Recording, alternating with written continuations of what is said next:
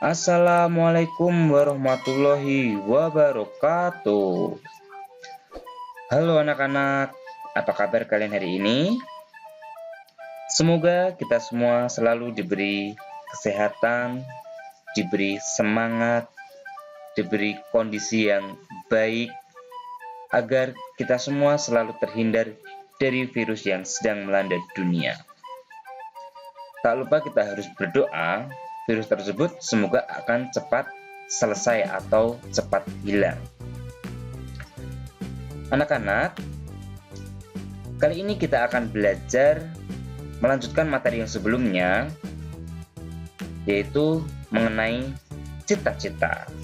Seperti yang ada pada gambar, ini adalah sebuah gambaran atau contoh, beberapa contoh sebuah cita-cita yang mungkin salah satunya menjadi yang kalian semua cita-citakan. Di sini ada arsitek, ada polisi, ada dokter, ada koki, lalu ada perawat, dan masih banyak lain lagi yang mungkin tidak ada di sini.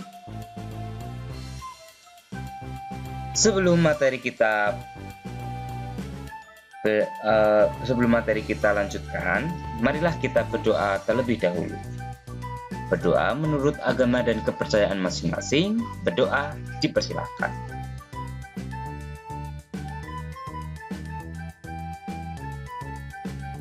Berdoa selesai. Baik anak-anak pintar, hari ini kita akan belajar materi tentang kelas 4, masih tema 6 dan masih subtema 1. Kali ini kita melanjutkan di pembelajaran 5. Anak-anak pintar, hari ini kita akan belajar tentang aktivitas yang mendukung untuk mencapai cita-cita. Kegiatan yang kita sukai dapat menentukan jenis kegiatan dan pekerjaan yang kita cita-citakan. Baik, bacalah kembali puisi tentang cita-cita pada pembelajaran yang telah lalu berikut ini.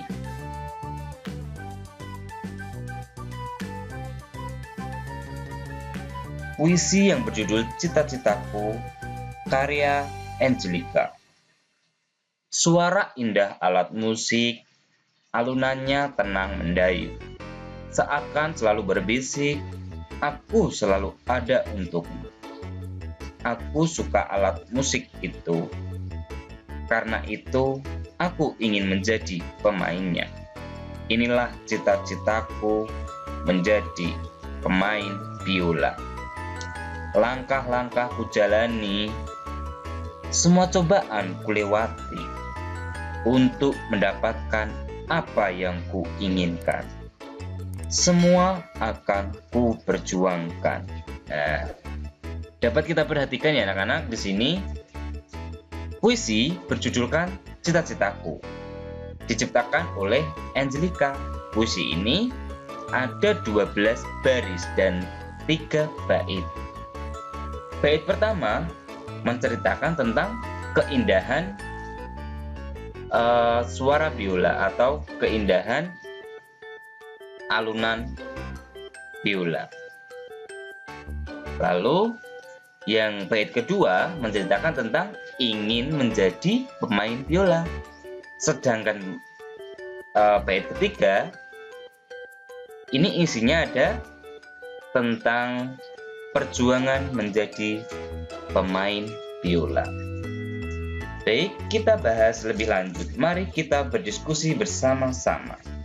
Yang pertama, apa isi dari bait ke-1? Apakah anak-anak masih ingat? Bait ke-1 tadi berisikan tentang keindahan biola. Sedangkan apa isi dari bait kedua? Puisi tadi menjadi pemain biola. Sedangkan apa isi dari bait ketiga tersebut? Wow, ini soalnya salah ya. Maksudnya apa isi dari bait ketiga? Itu. Jadi isinya tentang perjuangan untuk menjadi pemain biola. Nah, apa cita-cita yang disebutkan dalam puisi tersebut? Ia ingin menjadi pemain biola. Berilah judul lain yang sesuai dari puisi tersebut. Nah, kita bisa berikan judul itu menjadi seorang biola gitu, ataupun ingin menjadi pemain biola. Baik, selanjutnya puisi Cita-citaku menunjukkan bahwa cita-cita sebagai pemain musik dapat diraih apabila rajin berlatih. Kita tidak boleh mudah menyerah jika mengalami kesulitan. Adakah di antara kamu yang mempunyai cita-cita sebagai pemain musik? Seorang pemain musik pasti tahu tentang notasi lagu, tempo, dan tinggi rendah nada. Nah, di sini ada puisi lagi yang berjudul, ada lagu yang berjudul Aku Ingin Jadi Penerbang. Ada 2 bait. Lagu dan syair ini diciptakan oleh A.T. Mahmud. Kita bahas bersama-sama. Apa judul lagu itu? Aku Ingin Jadi Penerbang. Tempo apakah yang digunakan untuk dinyanyikan lagu tersebut? Lagu ini menggunakan tempo allegro moderato, yaitu agak cepat atau kecepatan sedang. Tuliskan isi syair lagu pada bait pertama. Isi bait pertama ada, aku ingin menjadi penerbang, langit biru, tempat bermain, melayang-layang, melayang-melayang, terbang setinggi mungkin. Jadi isinya kegiatan untuk menjadi penerbang. Tuliskan isi syair lagu pada bait kedua. Tangkas berani laksana elang, jauh terbangku di ruang angkasa, melayang-melayang antara bintang-bintang. Isinya kemampuan menebakkan pesawat. Menurutmu, kegiatan apa yang harus dilakukan agar cita-cita menjadi penerbang dapat tercapai? Iya, belajar dengan rajin, menguasai bahasa asing, dan sekolah penerbangan untuk mendapat penerbangan pesawat. Nanti dapat ijazah ataupun sertifikat untuk diizinkan menerbangkan pesawat. Kita akan membuat puisi berdasarkan isi puisi yang sudah kita tentukan sebelumnya. Cobalah baca bait puisi berikut dan tentukan isinya. Ini ada bait puisi. Mari kita baca bersama-sama. Aku memandang bintang bertaburan, betapa indah kerlip bintang di tengah langit malam.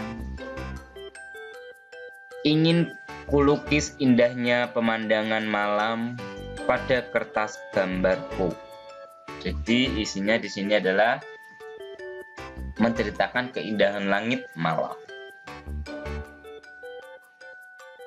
Nah, sekarang kita mengeksplorasi cuplikan puisi. Menari Kupu-Kupu itu adalah judulnya. Karya Aisyah Asmanadia. Gadis kecil berselendang warna-warni, dengan bibir yang mungil menari-nari. Parasmu nan ayu, jemari lentikmu mendayu. Ikuti irama kupu-kupu yang menari-nari indah. Di tepian panggung, tepuk tangan pun terdengar meriah. Nah, di sini ini yang membedakan antara puisi dan pantun. Jika pantun diharuskan ada 4 baris. Jika puisi, 1 bait tidak ada batasan untuk barisannya. Boleh 5, boleh 6, boleh 7. Tidak harus 4. Mungkin nanti kalau tentang pantun, anak-anak bisa mendalami lagi di kelas 5. Jika puisi, itu iramanya tidak harus AABB atau ABAB atau ABBA ataupun yang lain. Mungkin kalau pantun itu diharuskan mempunyai rima yang tepat. Baik anak-anak, kalian akan menjumpai gambar seperti ini pada buku tema 6, subtema 1, pembelajaran 5. Mari kita bahas bersama-sama dan fokus terlebih dahulu pada gambar 1. Dayu gemar menari. Ia bercita-cita menjadi pelukis. Apakah kegiatan Dayu itu mendukung cita-citanya? Tidak, karena kegemaran Dayu dalam menari itu tidak dapat berhubungan untuk menjadi pelukis. Kalau dia ingin menjadi pelukis, maka Dayu harus berlatih terlebih dahulu, berjuang selalu menggambar atau melukis ataupun mewarnai. Jika menari, maka Dayu berarti tidak melatih akan cita-citanya. Kita beralih ke gambar kedua. Lani gemar bernyanyi. Ia bercita-cita menjadi ahli komputer. Apakah kegiatan Lani sehari-hari dan cita-citanya berhubungan? Tidak. Jadi seharusnya Lani jika ahli komputer, Lani juga harus gemar mengoperasikan komputer setiap harinya agar cita-citanya mudah akan tercapai. Kita beralih ke gambar ketiga. Siti gemar membaca. Ia bercita-cita menjadi ilmuwan. Apakah kegemaran Siti berhubungan dengan cita-citanya? Iya. Seorang ilmuwan itu harus rajin membaca dan mengetahui banyak hal ataupun ilmu. Maka kegemaran Siti, kegiatan Siti sehari-hari itu sangat membantu ia dalam mencapai cita-citanya. Selanjutnya, gambar keempat. Udin gemar melukis. Ia bercita-cita ingin menjadi guru. Apakah kegemarannya dan cita-cita Udin berhubungan? Tidak. Kalau Udin gemar melukis, seharusnya Udin juga mempunyai cita-cita seorang pelukis. Tetapi Udin bercita-cita sebagai guru. Dan Udin harusnya gemar belajar ya, gemar membaca, gemar belajar, karena yang dinamakan guru itu bisa dibilang kemarin di pembelajaran yang sudah usai, guru harus membimbing, menuntun, mengajari, dan yang lain, menunjukkan, dan masih banyak hal lagi. Jika melukis itu bukan kegiatan yang mendukung cita-citanya. Sedangkan gambar kelima, Beni gemar berolahraga. Ia bercita-cita menjadi pemain bulu tangkis. Nah, ini baru kegemaran Beni, kegiatan Beni sehari-hari sangat berhubungan dan sangat mendukung akan mencapai cita-cita si Beni. Karena dia selalu berlatih setiap hari, gemar berlatih, gemar berolahraga untuk menjadi pemain bulu tangkis. Jadi intinya yang dapat kita ambil di sini ya, kita harus melakukan suatu hal itu terpilih ya. Jadi jika ingin kita menjadi pemain basket ya, kita harus berlatih berlatih olahraga, berlatih main basket setiap hari seperti Michael Jordan pada pembelajaran sebelumnya. Michael Jordan yang sangat gemar bermain basket, ingin menjadi tim di sekolahnya dulu, ia ditolak karena ketinggiannya dianggap kurang. Dan ia dengan ditolak, dengan kegagalannya itu, ia selalu berlatih dengan rajin, dengan tekun, dengan gigih, dan akhirnya ia berhasil untuk menjadi pemain basket dunia.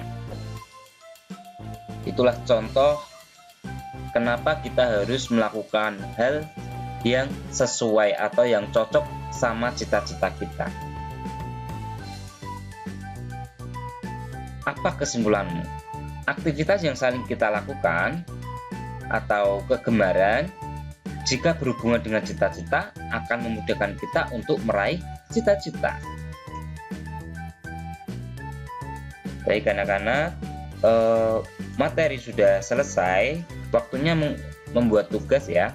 Kali ini tugasnya anak-anak akan membuat video. Bacakanlah puisi yang berjudul Cita-Citaku, karya Angelica, dengan suara yang lantang dan ekspresi yang tepat, tentu saja dengan suara yang tepat.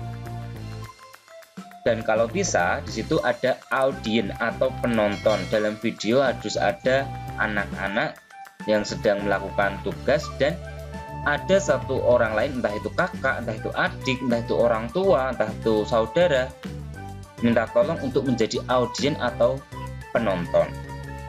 Dalam rekaman video, buatlah menjadi sebuah video. Dalam rekaman video itu harus ada 2 orang. Satu yang mempunyai tugas dan 2 yang menjadi penonton. Baik anak-anak pintar, ini demikian pembelajaran kali ini. Semoga bermanfaat untuk kita semua. Terus berlatihlah dan beraktivitas dengan hal-hal yang kita suka untuk menggapai cita-cita. Akhir kata, wassalamualaikum warahmatullahi wabarakatuh.